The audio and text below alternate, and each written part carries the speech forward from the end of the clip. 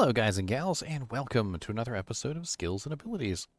Today we're going to be going over the Necromancer's Golem, the Blood Golem. He is the Blood Golem. He's made of blood and bones, and he's kind of creepy looking, actually. In the old game, you know, he wasn't, like, as creepy looking, I feel like. He had, like, a creepy kind of vibe to him.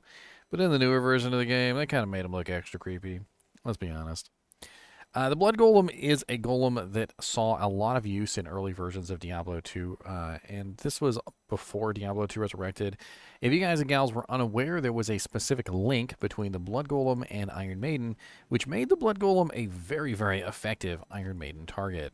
You could essentially take your Blood Golem into any zone, just about, and you could utilize the Iron Maiden curse and allow the Blood Golem to be swarmed, which would give you a massive amount of damage return and essentially make both you and the Iron Golem immortal. This, however, doesn't really work anymore. Unfortunately, they patched that out, and only the damage that the Blood Golem itself does really applies that way anymore. This is normal difficulty, by the way, so don't get too excited.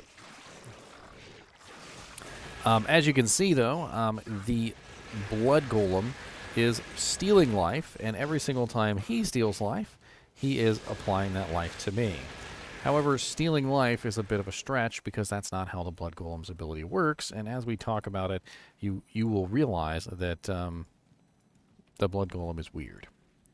So let's go over the life-stealing properties of the Blood Golem first, because I feel like that is the most important thing. So the Blood Golem functions as a healing unit, and its hit points stolen by the Blood Golem are not subtracted from the target. So basically, he steals life without stealing life. It's actually really kind of odd, in my opinion, because what it means is that, you know, like if I am a melee character and I hit a target for, 100 damage, I'm stealing that life from the target, basically, right? And then that life is then coming to me. But basically what they're saying is that the Blood Golem's lifesteal doesn't actually require damage to be done to the target, and instead just simply gives the monster, like the Blood Golem lifesteal, even if he's not actually hitting the target. So the Blood Golem's life drain is based completely on its own attack rather than the total amount of its target's hit points. Furthermore, if it is affected by a damage return ability like Thorns or Iron Maiden, the life drain is based on its attack rather than how much damage the enemy attacker did to it. The way the Golem works is that 70% of all of the life stolen, essentially, is given to the Golem. So it doesn't actually go to the player. 30% goes to the player, so the Necromancer himself, but none of his minions or anything gain this effect. So it is strictly between the Golem and the Necromancer. Now, if the Golem's life is full, the overflow goes to the Necromancer. And this means that basically the Necromancer can get 100% of the life stolen if the Golem is constantly at full, which does make for, an ability to keep your life up, I suppose, making sure that your life is always at maximum. Now, in theory, it sounds kind of cool, but in practice, it doesn't really work out very well. So let's go over the Golem himself, and let's see how much HP he has, how much damage he can get, so forth and so on. And you know what? Let's test him out in his best possible form and see how much damage he could possibly do, as a minion. Is he capable of doing anything in hell difficulty? Fully capped out. Let's cap him out fully, and let's put him up against Eldritch or something like that. So let's go to Frigid Highlands. I'm going to grab everything we possibly can to max out this Golem. We're going to put our points in so we have our equipment on. And we're going to go ahead and cap out the Blood Golem, of course. We're going to cap out Golem Mastery. We're going to put 1 point into Summon Resist at the very least. He gains defense per level, damage per level from the Fire Golem, so let's definitely max out the Fire Golem. And he also gains defense from the Iron Golem and attack rating from the Clay Golem, so we definitely need the attack rating. Let's give him the defense too. Alright, so now we have a Blood Golem which is at his utmost Here we go. He currently has 55,087 life, which is pretty darn tanky. 1,170 defense, 1,510 attack rating, and he has a conversion of 147% damage to life. And it looks like he's dishing out 297 to 816 damage, which isn't terrible. Let's go ahead and we'll stack that up with Amplify damage, and we'll see how much he can dish out versus Eldritch. Make sure everything is nice and amplified.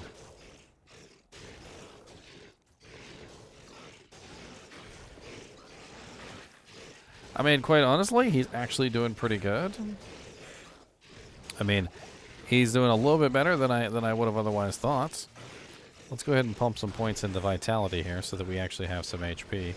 And we'll just let ourselves get wailed on here, because his whole goal is to keep us alive, right? I mean, that's his whole goal. So if he's not keeping himself alive, and if he's not keeping me alive, then what good is he? Because that is his goal in life. His goal in life is not to kill things. His goal in life is to make sure that I'm alive and that he's alive. And so one thing I'm noticing right off the bat here is he's getting chilled and slowed. I think there's a Holy Freeze monster nearby, or do we have Cold Enchantment on this guy? Where are you at, Eldritch? There he is. Yeah, he's Cold Enchanted. Okay. So our monster's getting slowed down. Not exactly a super fair test of his damage.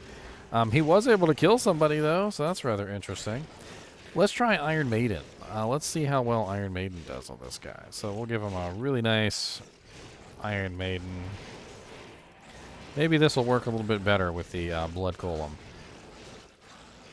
And as you can see, there's no little red things coming above my head for each of the Iron Maiden hits, only for when he actually hits. So the Iron Maiden no longer gives that very nice return.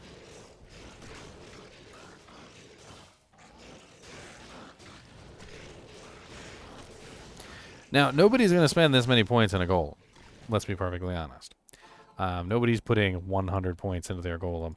So let's get a better idea of how tanky he could be if we built him, correctly. So 1 point in clay golem most likely, 1 point in blood golem is probably where we're going to go.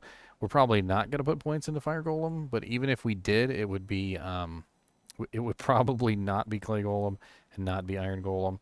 We're definitely going to put at least 1 point into Golem Mastery, which is going to beef up his HP very nicely to 15,288, and at least 1 point into Summon Resistance. Now, there's a couple of different ways you could do this. You could either beef up the Blood Golem directly, putting in as many points as you can into the Blood Golem, or you can beef up the Golem Mastery, which I feel like might be the better option, specifically because it's going to beef up his HP as much as possible. And really the most important thing with the Blood Golem is you just don't want him to die. However, since we found out that all of his lifesteal is based on his actual damage, if you want his damage to be high enough so that he's actually stealing enough life to be useful, you're going to have to build up the Blood Golem, the main skill, because that's where his damage comes from. And then you're probably also going to have to build up the Fire Golem as well to beef up his damage as much as possible, because the damage of this Golem is the most important thing in terms of the life steal. If you're using the Blood Golem, you're using him for his life steal capabilities, and so you kind of need at least that much. So we're looking at, to cap out the Blood Golem in his utmost, without spending too many points, we're talking about 20 points into Fire Golem, 20 points into Blood Golem, so that's 40, and then 1, so 41, 42, 43, 44. So 44 points to get him to the point where I would feel like he's in the optimal Blood Golem state without literally just wasting 100 points into him. Let's see how he does versus Shank down here. Oh, fire archers. Man, he is right in the thick of it, isn't he? And me too. Whew. Pain. I mean, as you can see, he's pretty tanky. He's certainly not going down in Hell Difficulty Players 1. And, I mean, we definitely need him to be a meat shield. So in some regards, he is superior to the Clay Golem, and I'm going to tell you why. So the Clay Golem has a slows target by effect. And if you wanted the slows target by effect, then the Clay Golem is the superior choice.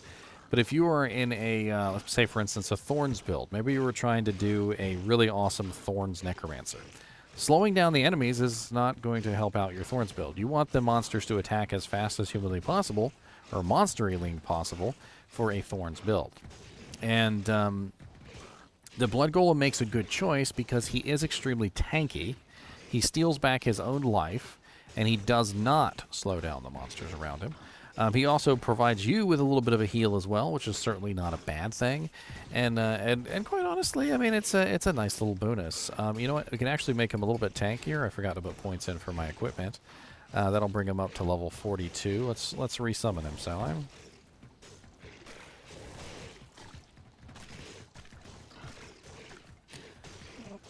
There we go. Now he has 32,818 life, which isn't terrible. He converts 147% of damage to life. 30% of that, of course, is going to me, which is going to keep me alive indefinitely. He also has a pretty decent amount of damage at 297 to 816. His mana cost is a little high at 148, so you might have a little bit of trouble recasting him over and over again if he dies. But it doesn't look like he's going to die very often, so I think we're in pretty good shape. He's also getting wailed on by an entire group of fire archers, as well as an entire group of enslaved. And I feel like he's holding his own pretty well. His life has gone down a little bit. But I do feel like if I were to throw 1 point into Amplify Damage here, and cast Amplify Damage for him, he's probably going to end up healing himself. Because I would assume that his HP that he is restoring, since it's based off of his own life, should go up dramatically when I throw out the additional life steal. I suppose I could also do a life tap. I wonder if life tap would work with him. Let's test that real quick. So his life is currently... trying to see if it's going up or if it's going down. It's hard to tell.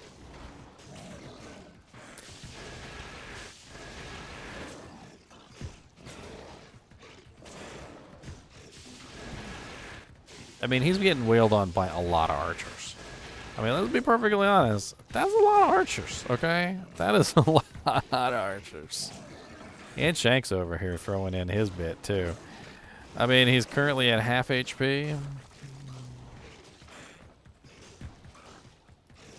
And, you know, granted, if you were using a Blood Golem, you probably wouldn't be using him by himself. You would have a little army. You know, you'd have some skeletons in here, taking a little bit of the heat off of them. You'd have a mercenary. You may even have some mages. You know, it's obviously going to be more than just the Blood Golem. And it's kind of unfair to just throw the Blood Golem into a situation like this where he's all by himself. You know, he would have some distractions with him, so to speak. You know what I mean? And as part of a giant army, would he achieve his goal? Yeah, he's going to achieve his goal very well. He's going to steal life for himself, and he's going to steal life for you. He's going to stay alive pretty well, and you know, he's not going to slow down the targets. Which specifically, what I'm saying is that if you want a a golem that slows down targets, then the clay golem is superior. If you don't want a golem that slows down targets, then the blood golem is the superior choice. Just simply because both of them are cheap, both of them are easy to use. And honestly, you don't even really need to put as many points as I did into the blood golem to make him useful. I'm really just kind of showing you what like an optimal build would be. Another thing that you could do, which I've always found to be rather interesting with the golems, is don't put multiple points into the golems. So one way that you can build the golems is to do this. Put 1 point into every single golem, and then max out golem mastery. And what you'll find is that if you do this, your golem will have a nice 32,334 life. This one has a nice 22,607. Your iron golem has a nice 9,261. And the fire golem has a nice 9,572.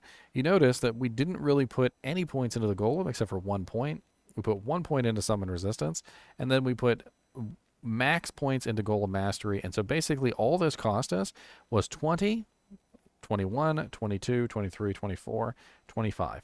And you're going to put a point here anyway, and you're going to put a point here anyway, and you're going to put a point here anyway. So even if you were to say it costs 25 points, which I really can't say that it realistically does, because nobody builds a summon Necromancer or any kind of summon character on the Necromancer without putting at least 1, 2, 3. So instead of 26, we got to say that this build would cost 23 points, which is not bad at all. 23 points to basically have a functional golem of all 4 types. I don't know why I said 5. All 4 types is relatively easy. And if at any time you wanted to focus on a particular golem, you could with whatever leftover points you have on your particular summon Necromancer. You know, like maybe you threw in all your points into Skeleton, all your points into Skeleton Mastery.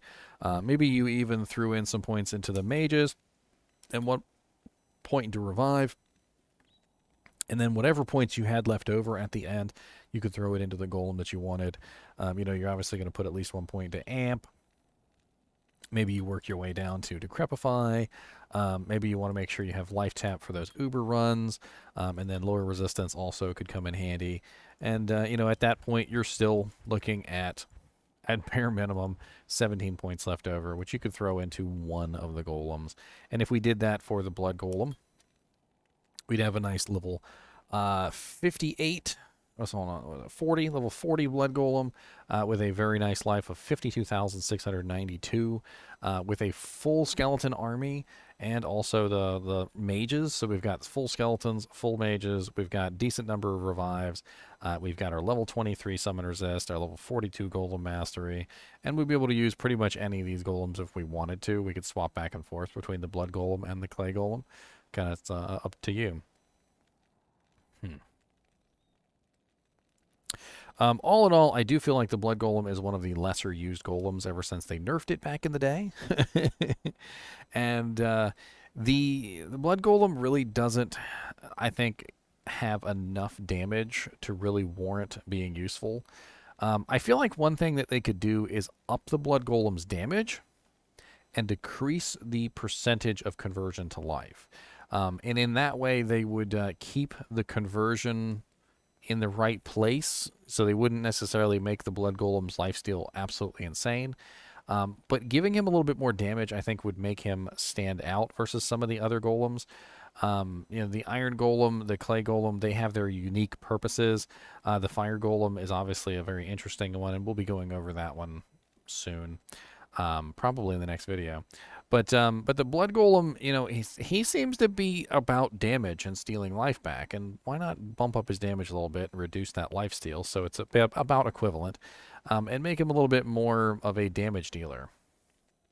I don't know. He's definitely got the gross factor down, doesn't he? I mean, like, look at this grossness. You ready?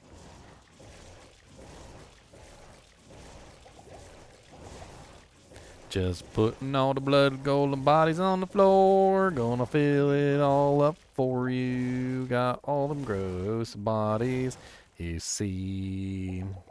I'm gonna throw all them Blood Golems all over the floor and make the town look like it's really gross, you see.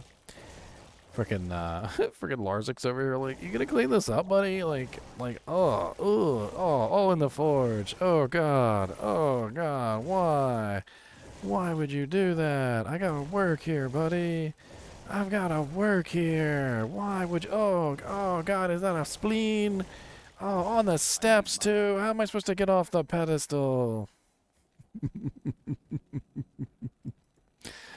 Anyway, as always, I do appreciate you guys and gals watching my videos, and keep watching.